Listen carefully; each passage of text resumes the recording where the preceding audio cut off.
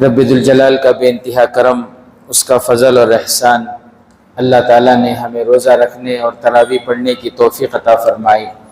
اللہ تعالیٰ ہمارے روزے اور تراویح کو قبول فرمائے۔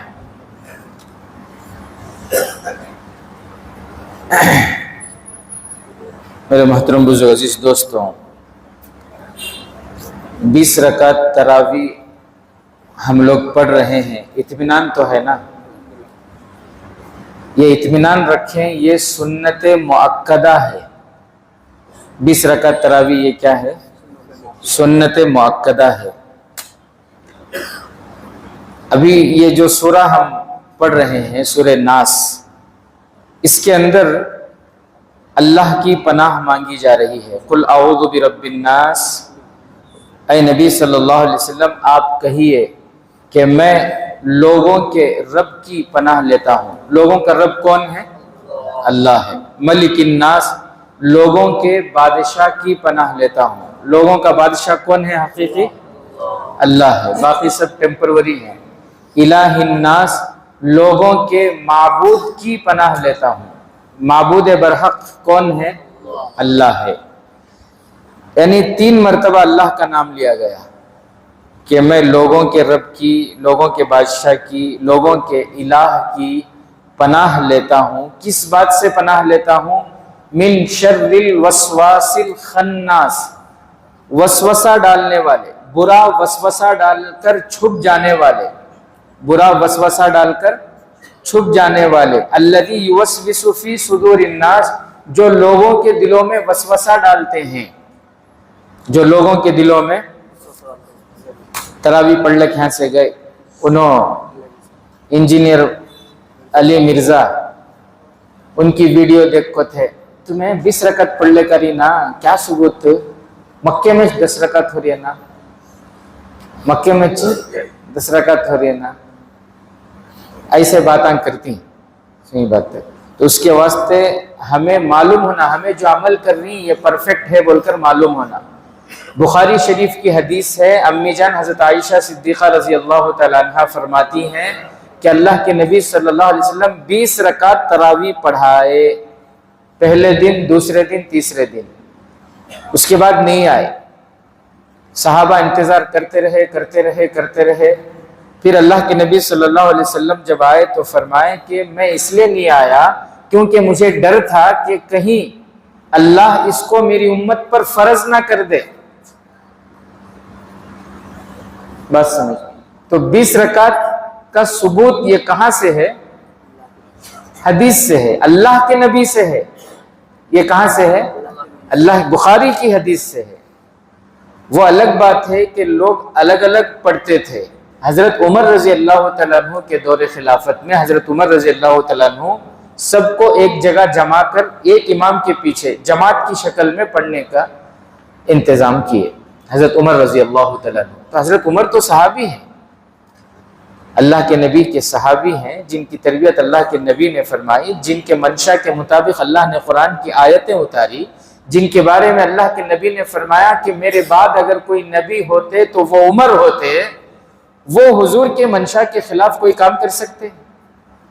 اگر وہ کچھ کرتے بھی تو صحابہ تو تھے نا، وہ اعتراض کرتے کہ آپ یہ کیا کام کر رہے ہیں، لیکن صحابہ کو معلوم تھا کہ یہ غلط نہیں ہے، صحیح ہے۔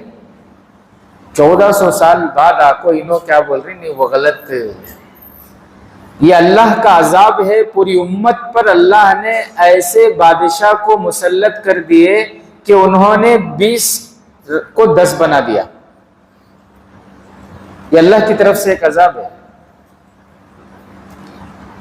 پابندیاں ہیں، بول نہیں سکتے، وہاں کوئی عالم کچھ بول نہیں سکتے، اگر بولیں گے تو پھر عمر قید، پھر لاپتہ ہو جائیں گے۔ مجبوری ہے، کیا کر سکتے ہیں؟ اب لاک ڈاؤن میں مجبوری تھی، ہم نہ یہاں کیا کریں، ہمیں گھرا میں پڑھ لیے، نہیں جیسا ہوا ویسا پڑھ لینا، مجبوری تھی۔ ویسا وہاں کے علماء کے واسطے مجبوری ہے، بول نہیں سکتے کیا بھی۔ بہرحال تو اتنی بات یاد رکھیں آج کہ تراویح ہمیں جو 20 رکعت پڑھ رہی، یہ کس سے ثابت ہے؟ اللہ کے نبی صلی اللہ علیہ وسلم سے ثابت ہے۔ وہ 8 رکعت جو پڑھتی وہ کیا ہے؟ تہجد کی نماز ہے۔ وہ کیا ہے؟ وہ تہجد کی نماز ہے۔ بہرحال یہ ایک الگ ٹاپک تھی، اب اس پر آ جاتے ہیں۔ سورہ ناس میں جو باقی تھی تفسیر، سورہ ناس میں پناہ مانگی جا رہی ہے کس سے؟ وسوسہ ڈالنے والے کے شر سے۔ وسوسہ ڈالنے والے کون ہیں؟ انسان میں سے بھی ہیں اور جنات میں سے بھی، یعنی شیطان ہے۔ شیطان وہ جن میں سے ہے۔ شیطان ہے نا، یہ اچھے انسانوں کو کوئی بھی اچھا عمل کرتا ہوا دیکھ کر اس سے رہا نہیں جاتا، تو یہ وسوسہ ڈالتے رہتا ہے کسی طرح یہ جو نیک کام کر رہا ہے اس کام سے ہٹ جائے، دل میں برے برے خیالات ڈالتے رہتا ہے۔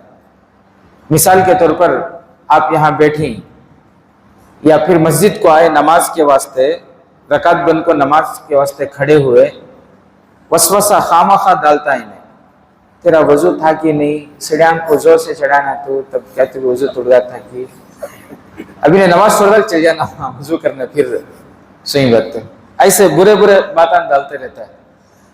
اب فطری بات ہے، انسان کو کیا ہے، ادھر ادھر کے خیالات آتے ہیں۔ نماز میں کھڑے کبھی دکان کا خیال آ گیا، کبھی گھر کا خیال آ گیا، کبھی بیوی بچوں کا خیال آ گیا، تو ایسے وقت میں حکم یہ ہے کہ ان خیالات کو دور کرنا اور نماز میں دل لگانے کی کوشش کرنا، یہ ہے حکم۔ لیکن شیطان کیا دل میں بات ڈالتا ہے، نماز میں ادھر ادھر کے پورے خیالات، تیری نماز پڑھ کو کیا فائدہ ہے، اسی نماز پڑھ کو تو انہیں بولتا ہو میں اسی نماز پڑھ کو کیا فائدہ، اسے پڑھنے سے نہیں پڑھنا، انہیں نہ وہ بول رہا سو، شیطان بول رہا سو۔ کون بول رہا ہے وہ؟ شیطان۔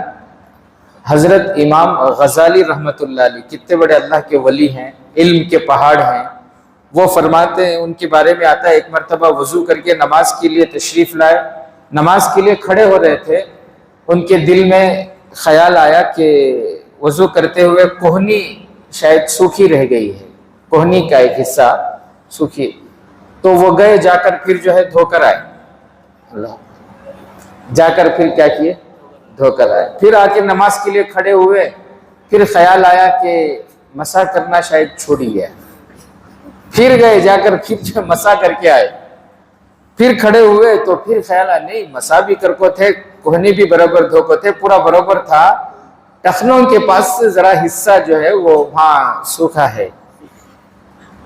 فوراً ان کو خیال آیا یہ شیطان کے کام ہے، وہ مجھے نماز پڑھنے دینا نہیں چاہ رہا، اس لیے جب بھی میں کھڑا ہو رہا ہوں کیا کر رہا ہے، وسوسے ڈال رہا ہے۔ فوراً اعوذ باللہ من الشیطان الرجیم پڑھے اور بولے شیطان کو بغیر وضو کے نماز پڑھتا ہوں، جائے یہاں سے بول دے۔ تو اس لیے زیادہ بہکاوے میں نہیں آنا شیطان کے۔ استنجے کو گئے، اطمینان سے استنجا کر لیے، آگے یہاں بیٹھ کو شک وسوسہ، خطرے لگ گئے رہیں گا، چھینٹے اڑ گئے رہیں گا، اب یہ ناپاکی کی حالت میں مسجد کو جانا سے کیا، وہاں سے بلا لے چل جاتا ہے شیطان، جیں گے جا کو پانی کی نہیں حالت بعد میں گے، وہ نماز جائے، اسے سکسیس ہونے نہیں دینا، اطمینان سے کچھ بھی نہیں، میں بالکل پاک ہوں، ویسا اگر کو بعد میں گندگی لگ کو رہی تو بھی پاک ہوں سمجھیں گے، نہیں، گندگی لگ کو رہی تو دھونا، یقین ہونا نا، شک کی بیماری میں مبتلا نہیں ہونا، شیطان شک کی بیماری میں مبتلا کرنا چاہتا ہے۔ اور میرے عزیز ساتھیوں، شیطان کیسے کیسے وسوسے ڈالتا ہے، اور ہر انسان کے ساتھ شیطان لگا ہوا ہے، ہر انسان کے ساتھ ایک شیطان لگا ہوتا ہے۔ میرے اور آپ کے آقا حضرت محمد مصطفیٰ صلی اللہ علیہ وسلم فرماتے ہیں جب بھی دنیا میں کوئی بچہ پیدا ہوتا ہے، چاہے میل ہو فیمیل ہو، بچہ ہو بچی ہو، جب بھی کوئی دنیا میں پیدا ہوتا ہے تو اس کے ساتھ ایک فرشتہ بھی پیدا ہوتا ہے اور ایک شیطان بھی۔ انسان کے دل میں دونوں کے لیے جگہ ہے، فرشتے کے لیے بھی شیطان کے لیے بھی۔ انسان جب نیک کام کرتا ہے، اچھے کام کرتا ہے، اللہ کی یاد میں ہوتا ہے، ذکر میں ہوتا ہے، غفلت میں نہیں ہوتا، تو شیطان دور ہٹ کے الگ جا کے بیٹھ جاتا ہے۔ جیسے ہی انسان غافل ہوتا ہے، نیک کام سے دور ہوتا ہے، جیسے ہی غفلت میں پڑتا ہے، اللہ کے نبی نے فرمایا کہ شیطان اپنی چونچ انسان کے دل پر رکھ کر اس کے دل میں برے برے خیالات ڈالتے رہتا ہے۔ واٹس اپ کھول، فیس بک کھول، اسٹیٹس چیک کر، یہ کر وہ کر، دیکھ کون سے نئے نئے ریلس آنکھوں ہی، کیا ہوا کدھر ہوا، یہ سب خیالات کون ڈالتا ہے؟ شیطان۔ نہیں، باہر جائیں گے، وہاں بیٹھیں گے، یہ کریں گے وہ کریں گے، الٹے سیدھے خیالات یہ شیطان ڈالتے رہتا ہے۔ تو اللہ کے نبی صلی اللہ علیہ وسلم نے فرمایا کہ ہر انسان کے ساتھ شیطان لگا ہوتا ہے۔ تو صحابہ رضوان اللہ تعالی اجمعین پوچھنے لگے، اللہ کے نبی کیا آپ کے ساتھ بھی شیطان ہے؟ ہر انسان کے پیچھے ایک شیطان لگا ہوتا ہے، تو کیا آپ کے ساتھ بھی شیطان ہے؟ تو اللہ کے نبی صلی اللہ علیہ وسلم نے فرمایا کہ ہاں میرے ساتھ بھی ایک شیطان ہے، لیکن اللہ نے اس کو میرا تابعدار بنا دیا ہے۔ میرے ساتھ جو شیطان ہے وہ مجھے برائی کی طرف مائل نہیں کر سکتا، میرے ساتھ جو شیطان ہے وہ مجھے برائی کی دعوت نہیں دے سکتا۔ اللہ تعالیٰ نے اس کو میرا مطیع اور فرما بردار ایسا بنا دیا ہے کہ وہ بھی بات کرتا ہے تو اچھا ہی کی بات کرتا ہے، وہ اچھا ہی اللہ نے اس کو۔ تو بہرحال انبیاء کی بات تو الگ ہے، میں اور آپ کیا ہیں، ہمارا مسئلہ تو بڑا ٹیڑھا ہے۔ اس لیے ہمیشہ اللہ تعالیٰ سے شیطان کے وسوسوں سے اللہ کی پناہ مانگتے رہنا چاہیے، اللہ کی پناہ مانگتے رہنا چاہیے۔ کیوں؟ اس لیے کہ شیطان انسان کو آخری دم تک نہیں چھوڑتا، کوشش کرتا رہتا ہے کہ کسی طرح اسے میں بہکاؤں، کسی طرح میں اس کے دل سے ایمان کو نکال دوں، کسی طرح اسے بے ایمان دنیا سے چلا جائے۔ یہ شیطان کی کوشش ہوتی ہے۔ حضرت امام احمد بن حنبل، کون؟ پوری دنیا میں قرآن حدیث پر عمل کرنے کے 4 ہی طریقے ہیں، 4 ہی مسلک ہیں، 5واں کوئی نہیں ہے۔ 4: حنفی، شافی، مالکی، حنبلی۔ اب ہم حنفی ہیں اس لیے حنفی پہلے بول رہے ہیں، اگر کوئی شافی ہوگا تو وہ پہلے شافی بولے گا، کوئی مالکی ہے تو وہ پہلا نمبر مالکی بولے گا۔ بہرحال یہ 4 ہی راستے ہیں اللہ تک پہنچنے کے، قرآن اور حدیث پر عمل کرنے کے، اس کے علاوہ 5واں کوئی راستہ نہیں ہے۔ تو 4 اماموں میں سے ایک امام، یہ جو غیر مقلد ہیں یہ 5 سے الگ ہیں، بات سمجھ رہے ہیں؟ حضرت امام احمد بن حنبل رحمۃ اللہ علیہ جب ان کے انتقال کا وقت آیا، بالکل آخری وقت، سکرات کی حالت تھی، لمبی لمبی سانسیں وہ لے رہے تھے۔ اب کسی کے گھر میں انتقال کا وقت ہو، ابھی آج بھی انتقال ہوا تبریز بھائی کے سسر کا، اللہ تعالیٰ ان کی مغفرت فرمائے۔ تو کسی کے انتقال کا وقت قریب ہو تو کیا کرنا چاہیے؟ حدیث میں پیارے نبی نے فرمایا کہ ان کے پاس بیٹھ کر کلمہ پڑھنا ہے۔ ان کے پاس بیٹھ کر کیا کرنا؟ زور زور سے ان کو سننے آئے، اس طرح جو ہے ان کو پڑھنے کے لیے نہیں بولنا۔ کہیں پڑھنے کے لیے بولو تو ہو سکتا ہے وہ تکلیف میں انکار کر دے، کلمے کا انکار کر دے، اس لیے فرمایا کہ پڑھنے کے لیے نہیں بولنا، وہاں بیٹھ کر پڑھنا۔ پڑھیں گے تو سن کر ان کو یاد آئے گا، اور ہو سکتا ہے ان کا آخری کلمہ کیا ہو زبان پر؟ لا الہ الا اللہ ہو۔ تو اس کی تلقین کرنا، اور اللہ تعالیٰ نے کلمے کو اتنا آسان رکھا ہے، اتنا آسان رکھا ہے کہ انسان کتنی بھی تکلیف میں ہو، اگر اس کو پڑھنا چاہے لا الہ الا اللہ، ہونٹ ہلائے بغیر پڑھ سکتا ہے۔ پڑھ سکتے کہ نہیں پڑھ سکتا؟ ذرا دیکھو پڑھ کے، ہونٹ کو ہلائے بغیر لا الہ الا اللہ، ہلے کیا ہونٹ؟ ہونٹ ہلے نہیں، بلکہ اللہ نے اس کو تو اتنا آسان بنایا ہے۔ بعض لوگوں کو موت کے وقت کیا ہوتا ہے، ڈر کی وجہ سے یا کمزوری کی وجہ سے دانتاں لگ جاتے، ایسا دانتاں کیا ہو جاتے؟ بند ہو جاتے، منہ بند ہو جاتا ہے، دانتاں لگ جاتے۔ اگر کسی کی دانت لگ گئے ہوں، وہ کلمہ پڑھنا چاہے تب بھی پڑھ سکتا ہے۔ دانتاں بند کر کو پڑھو ذرا، سب بھی نہیں پڑھ رہے لا الہ۔ اگر دانت لگ جائے تب بھی اللہ تعالیٰ نے اتنا آسان رکھا ہے اس کلمے کو۔ بہرحال حضرت امام احمد بن حنبل رحمۃ اللہ علیہ کے انتقال کا وقت ہے، ان کے شاگرد جتنے تھے وہ سب بیٹھے ہوئے ہیں، اور حضرت وہ کلمہ پڑھ رہے ہیں۔ ان کے جو شاگرد بیٹھے ہوئے تھے، علماء تھے، مجتہدین تھے، مفتیان کرام تھے، وہ بیٹھ کر کلمہ پڑھ رہے ہیں لا الہ الا اللہ۔ تو حضرت کہتے لا، حضرت کیا کہتے؟ لا کے معنی نہیں، لا کے معنی نہیں، نو بولتے ہیں نا، کسی چیز کا انکار کرنا، لا وہ کہہ رہے ہیں لا الہ الا اللہ، حضرت کہتے لا نہیں. سارے حیران پریشان. کیوں؟ اس لیے کہ حضرت بہت بڑے امام ہیں نا، امام احمد بن حنبل. آپ ان کے مقام اور مرتبے کا اندازہ لگاؤ جب ان کا انتقال ہوا. اس زمانے میں جبکہ انٹرنیٹ نہیں، رابطہ کرنے کی کوئی چیز نہیں، موبائل نہیں، کچھ بھی نہیں، اس زمانے میں جب ان کا انتقال ہوا ہے، ایسے اتنے بڑے اللہ کے ولی، ان کے جنازے میں 25 لاکھ کے قریب مجمع جڑا تھا ان کی. اللہ اکبر. اس زمانے میں تو کتنے بڑے اللہ کے ولی تھے. جو اللہ کے ولی ہوتے ہیں ان کی محبت اللہ لوگوں کے دلوں میں ڈال دیتے ہیں. تو ایسے اللہ کے ولی حضرت امام احمد بن حنبل، انتقال کا وقت ہے اور ان کے پاس کلمہ پڑھ رہے ہیں لا الہ الا اللہ. جواب میں وہ کہتے ہیں لا نہیں. سارے حیران پریشان کہ حضرت یہ کیا کہہ رہے ہیں، آخری وقت میں کلمے کا انکار. تھوڑی دیر کے بعد حضرت کو تھوڑا افاقہ ہوا، آنکھیں بند تھی نا، تو آنکھیں کھولے، پانی منگائے، پھر پانی سے جو ہے اپنے چہرے پر ذرا پانی پھیر لیے، اور پھر تھوڑے مطلب جب حالت حضرت کی اچھی ہوئی تو شاگردوں نے ذرا ہمت کر کے پوچھا کہ حضرت ہم کلمہ پڑھ رہے تھے، آپ کلمے کا انکار کر رہے تھے، آپ لا لا کہہ رہے تھے، ہمیں سمجھ میں نہیں آیا آپ ایسا کیوں کہہ رہے تھے. تو حضرت نے فرمایا کہ میں تمہارے کلمے کا انکار نہیں کر رہا تھا، اس وقت میرے پاس شیطان آیا تھا، اس وقت میرے پاس شیطان آیا تھا اور آ کر وہ اپنی انگلی دانتوں سے چبا رہا تھا اور کہہ رہا تھا کہ احمد تو کامیاب ہو گیا، تو جنتی ہو گیا. تو میں اس شیطان سے کہہ رہا تھا لا نہیں، ابھی نہیں، جب تک میری روح ایمان پر نہ نکل جائے میں کامیاب نہیں ہوا.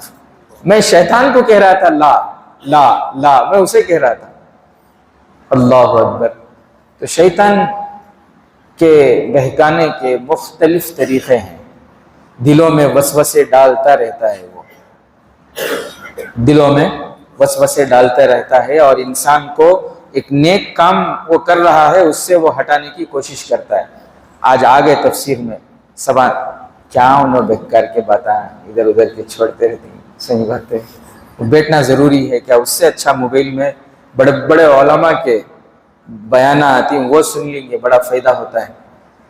اب یہ بھی بہکانے کا ایک طریقہ ہے، علم والوں کو علم سے بہکاتا ہے، اچھے راستے دکھاتا انہیں، غلط راستے نہیں دکھاتا، لیکن حقیقت میں وہ غلط ہی ہوتے ہیں.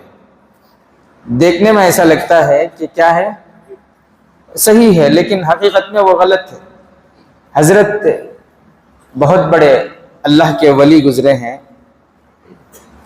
وہ ایک مرتبہ ان کے پاس شیطان آیا، حضرت کا نام میں بھول رہا ہوں، حضرت امام فخر الدین رازی رحمۃ اللہ علیہ، حضرت امام فخر الدین رازی رحمۃ اللہ علیہ. آپ کے مدرسے کا نام کیا ہے؟ شہر کا جو مدرسہ ہے فخر العلوم، ماشاءاللہ نام یاد ہے. تو اسی نام پر ان کا نام فخر الدین رازی رحمۃ اللہ علیہ. اتنا علم ان کو اللہ نے دیا تھا، وہ کہتے تھے صرف سورہ فاتحہ سے 10,000 مسائل بیان کر سکتا ہوں میں، بولتے تھے. صرف سورہ فاتحہ سے اللہ نے اتنا علم سے ان کو نوازا تھا. ایک مرتبہ وہ ان کے پاس شیطان انسان کی شکل میں آیا اور آ کر ان سے اللہ کی وحدانیت پر بحث کرنے لگا کہ تم اللہ ایک ہے، اس پر دلیل سے مجھے سمجھاؤ.